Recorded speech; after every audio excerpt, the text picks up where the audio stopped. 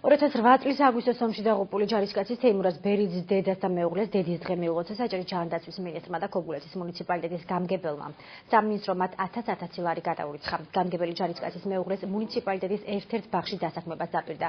გარდაცვლილ ჯარისკაცს 2 მცირეწლოვანი შვილი დარჩა. ისინი ცერებრალური დამბრით არიან დაავადებული. ბავშვები ჯანდაცვის სამინისტროს სპეციალური პროგრამით სარგებლობენ, რომლის ფარგლებშიც ფსიქოსარეაბილიტაციო კურსს წელიწადში 4-ჯერ გადიან. ბერიძეების ოჯახის გარდა ფულადი საჩუქარი კიდევ 15 სამხედრო მოსამსახურის დედასა და მეუღლეს პირად ანგარიშებზე დაერიცხებათ. მსგავსი დახმარება გაეწევა 2012 წელს ავღანეთში. საერთაშორისო სამხედრო ოპერაციის დროს დაღუპული 2 მეომრის ოჯახსაც.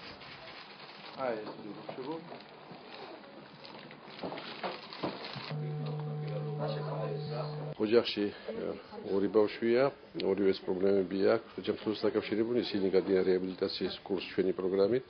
რაც შეეხება სხვა დახმარებას, ვთხოვეს რომ სახურავი შეკეთდეს და ქობულეთის გამგეობა ამ პრობლემას გადაუჭრეს ოჯახს და გარდა ამისა შეთავაზა ბატონი თეიმურაზის მეუღლეს დასაქმება ქობულეთში გახსნილ ბავშვთა ბაღში. ალბათ ოჯახი იმშიელებს სამსახურზე მიიღებს გადაწყვეტილებას. ბაღებში ესნება რამოდენიმე დამატებითი ჯგუფები, ჩვენ აუცილებლად დაგვჭირდება პერსონალი.